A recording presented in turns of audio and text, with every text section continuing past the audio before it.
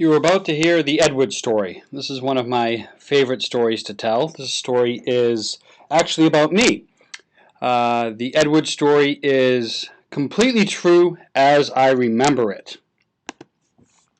After listening to the story, I want you to look at the terms below and apply them to the story. I want you to explain how the term applies to some of the key features of the story. So keep that in mind. Flashbulb memory, episodic memory, echoic memory, long-term potentiation, and chunking. Right? Those are just some of the terms that apply to the story. So the story begins back when, if we had the sort of Wayback Time machine, if I could do the little wavy lines around the edge of the screen to show you that we were going back in time. The story actually begins when Mr. Plasko was in kindergarten. Very adorable young kid, of course. There I am. Now let's go back here one bit here. So there's a picture of me and my brother Brian, looking, of course, extremely dapper, wearing our kindergarten best. I mean, look at those jackets. That's just incredible. Plus the bow tie. You gotta love it.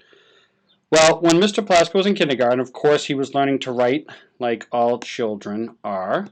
And, of course, what they teach you to write primarily is kind of your name and your address and things like that. They want you to know your name and address just in case, like, you get lost somewhere. You can write out your name and address and people can help you get home and all that kind of stuff. So, my full name, I'm writing it out over and over again, time after time after time, like a good little plugger, working hard. My name, of course, my full name is Stephen Edward Plasko, and I grew up on Hatton Street in Norwood, and so I'm writing that out continuously over and over. And one day I'm in my kitchen, one morning, Saturday morning, I believe. I'm in my kitchen, and I'm at the kitchen table practicing this task over and over and over again, while my dad, just is at the table reading his newspaper. And I'm writing it over, Stephen Edward Plasko, 200 Hatton Street, Norwood, Massachusetts. And as I write it over and over again, I start to sort of make a mistake. I start hearing the wood in Norwood and have difficulty discriminating it from the word in Edward. And so as I write my name over and over again, at some point, I start writing Stephen Edward Plasko, 200 Hatton Street, Norwood, Massachusetts. And that mistake repeats itself over and over and over again as I continue to write my name.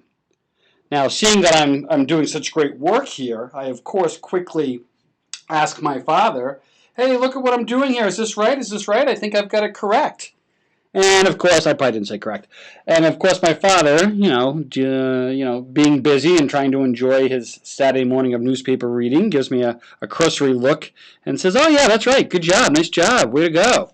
And so I continue to copy what I had been told is correct over and over and over again, making the mistake again and again and again.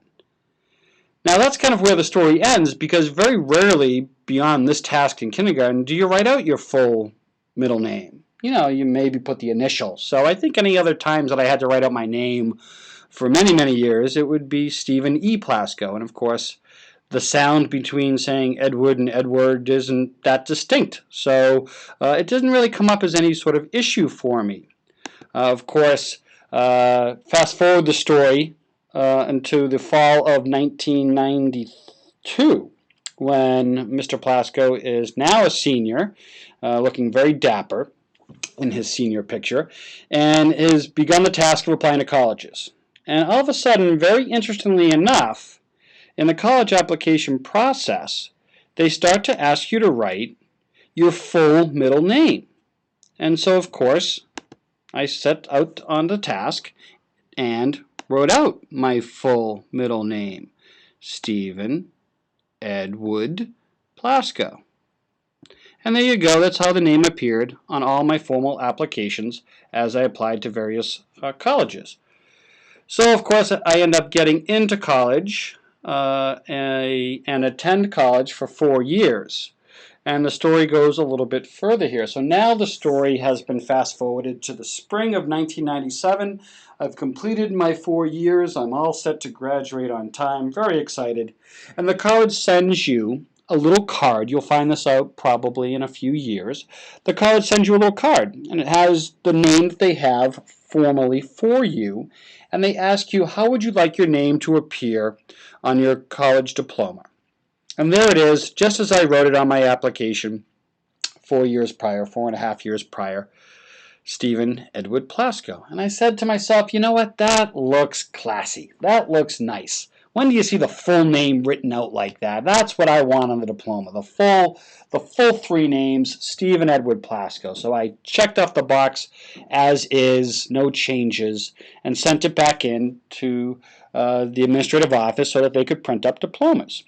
Well, a couple weeks, of course, before you graduate, your parents come down, they get the lay of the land, where are we going to dinner, when are you moving your stuff out, what help do you need, and so forth and so on. So my parents come and visit, and I'm in my college apartment bedroom with my parents, and I happen to see the card for how my diploma is going to look on my desk, and I just happen to pick it up and show it to my mom. Oh, yeah, hey, so this is how I'm going to do the name on the diploma.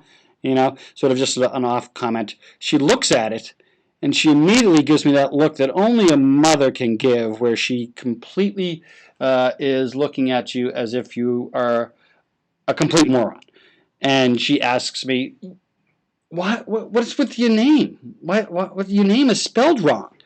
And I said, what do you mean? No, it's not. She said, your middle name is Edward, not Edwood. And I said, what? And all of a sudden, it sort of all came flashing to me of this early experience with my father and my name writing. And of course, I immediately blamed my father and said, well, Dad told me this was correct. And, my father, of course, was like, what are you talking about? I don't remember any of that. Didn't believe any part of the story. So there I was, 21 years old, about to graduate from college, and I had no idea what my middle name was. And so, of course, I dealt with an identity crisis there for a number of years. Who was this Stephen Edward Plasko, and who had been the Stephen Edward Plasko? So anyway, that is my famous Edward story. It's completely true as I remember it. And now is the time for you to put to task applying those terms that I asked you to apply earlier.